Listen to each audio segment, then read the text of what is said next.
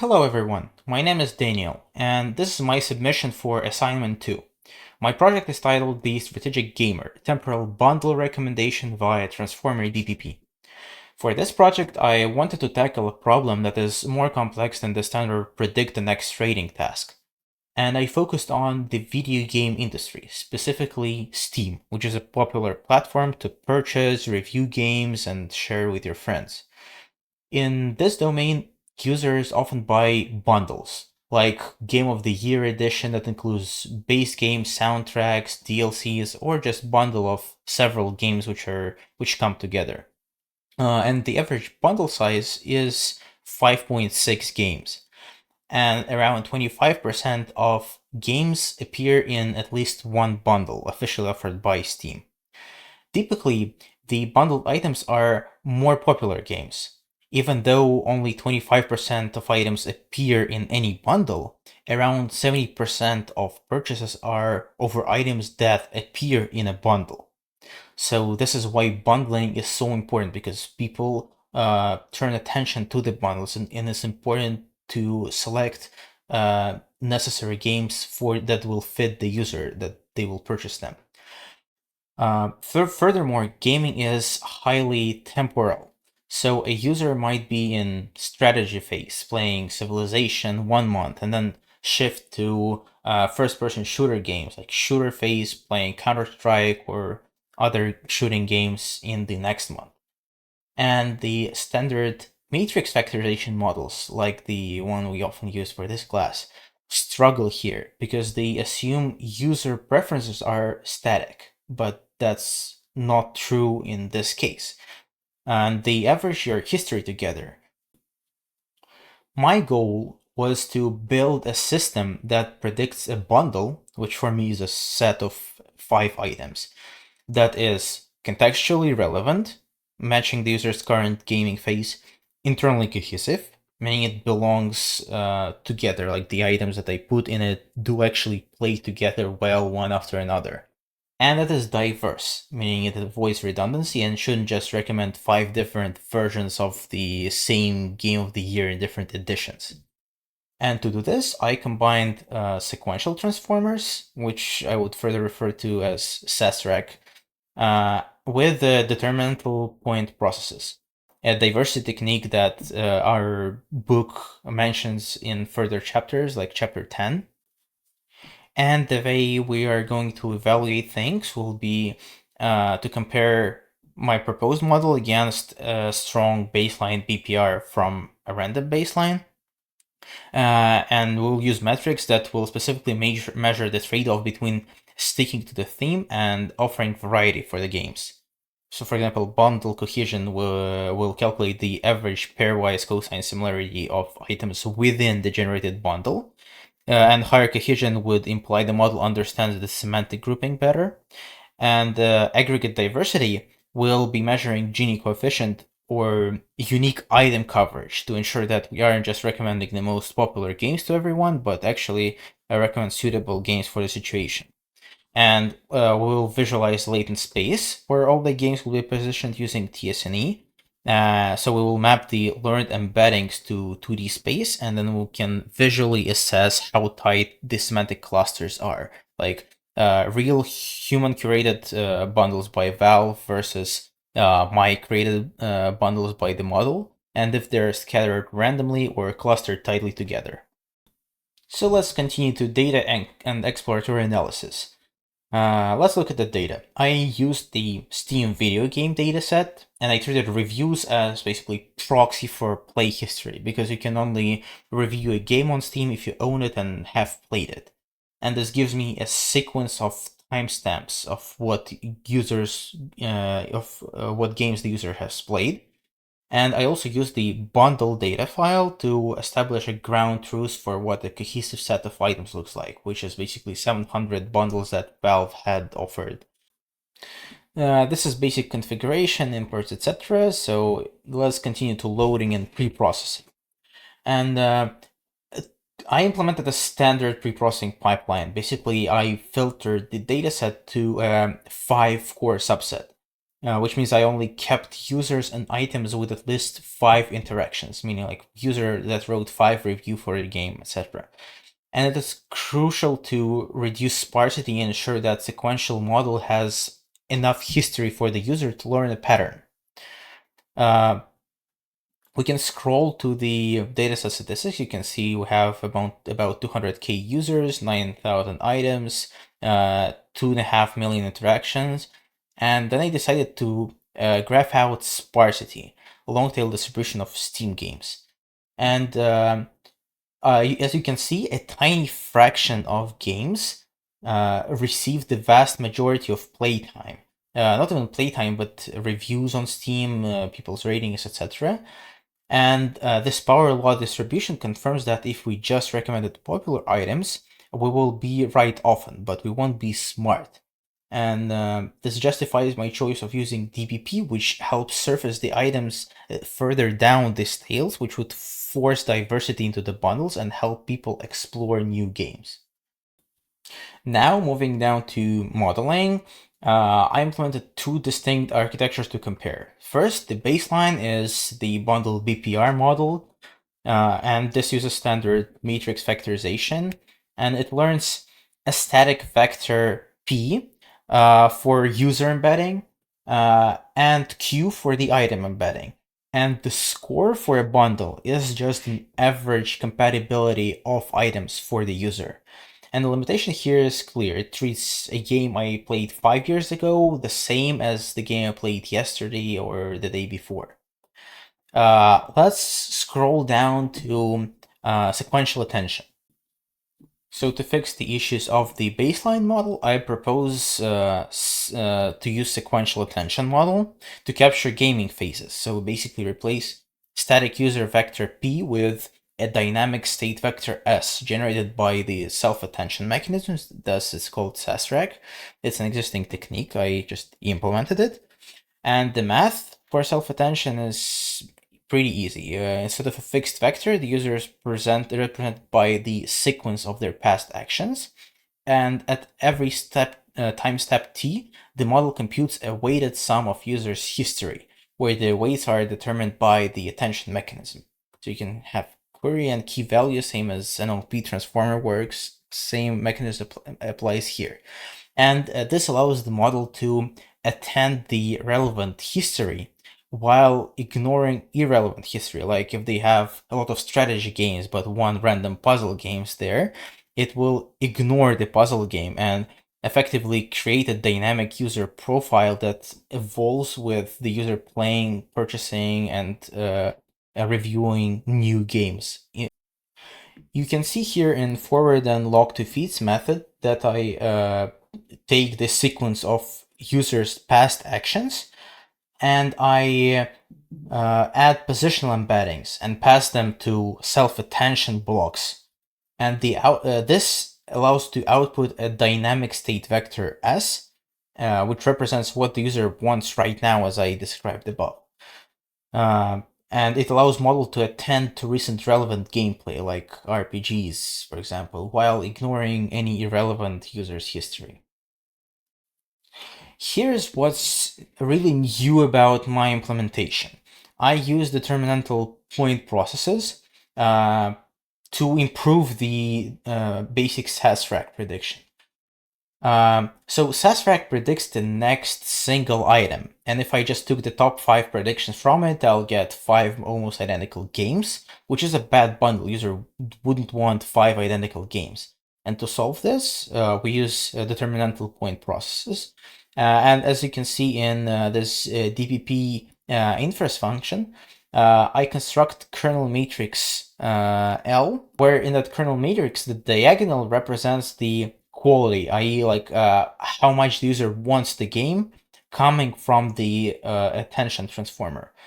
And the off-diagonal entities in the kernel matrix represent the similarity between items. So the probability of selecting a bundle is proportional to the determinant of the matrix. And if you look at it geometrically, the determinant represents the volume spanned by the item vectors that they put in the bundle. So for example, if I pick two identical items, the vectors will be parallel and the volumes just flattens to zero. So the probability that we pick this item for a bundle decreases drastically. And to maximize the determinant, the algorithm must pick the items that are both high quality and diverse, meaning like vectors are long and orthogonal. And this mathematically forces the system to build a more balanced bundle loadout. Here you can see basic implementation. It's inference for DPP, where we get determinant from the kernel matrix we have. You can see function that gets the candidates from sasrac just sequentially for all the items and then process them with DPP. And the method that generates bundles for BPR and for sasrac with combined with DPP. Just calling those functions and returning two bundles here. So we train both models almost the same way. We basically batch users and then prepare recommendations for them and see how far the recommendations are from the actual next games that the users have played and how similar they are, computing the score according to the formula I've previously shown you in step 2. And this training loss tells you a huge story because BPR loss, as you see here, which is our baseline, is at 4.3 loss and then goes down only to 4 loss as it fails and struggles to fit the complex user behaviors because it's a temporal sequence and it can only capture statistical data. And the sasrac loss rapidly drops to low values because it can successfully capture sequential dependencies, which cracks the code for the user behavior and what they are going to play next. So let's evaluate what we've got. And the first test is visual analysis for the cluster of Valve's games, which are popular, mostly first-person shooters. And I have two figures, one for BPR and another for sasrac. Basically, I display two latent spaces and these games plotted in them. And we need to see which one is more clustered more tightly to see if it captured the semantic similarity of these games within the space that we're predicting in. So here you can see that in the BPR space, which is our baseline, Valve's games are scattered. BPR didn't realize they're related in any way or shape, that people don't, it doesn't represent that people would be willing to buy them in a bundle. But if we go to the attention transformer latent space, we can see that the cluster is distinctly in one corner, which means it learned from user behavior that the games do belong together. There's one outlier, but most of the games are in one pretty tight cluster, which validates our latent space, that they are actually represent the semantic similarity of the games and that users want to play them together or one after another.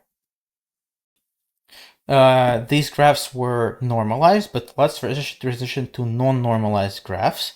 And I will plot real bundles that Valve has in red, not all of them, but most popular ones. And generated bundles, some of them I took as an examples in the blue stars. So these graphs are unannotated, but you can see them here. Here are annotated graphs because I took the IDs of the game and saw what the games actually are.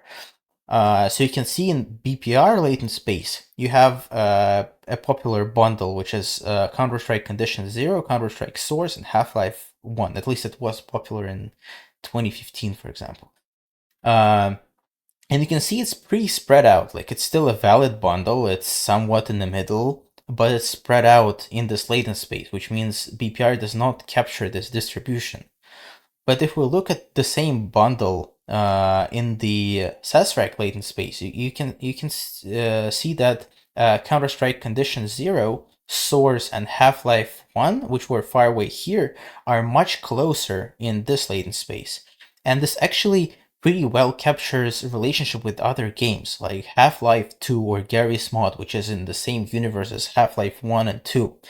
Or I took some other popular games at the time, and you can see them displayed here.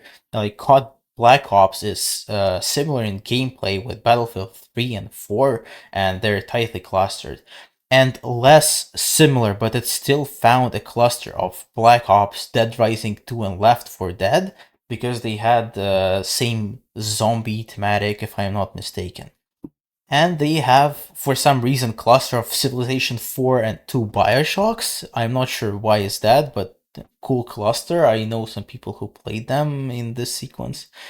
Uh, and you can still see some games that are not mapped as well, but they still semantically make sense, like Bioshock Infinite being close to two Bioshocks, Witcher 3 being close to Left 4 Dead and more far away from shooters than anything else, and GTA 5 being somewhere between Half-Life and Battlefield. Like, that makes some semantic sense for me as a human.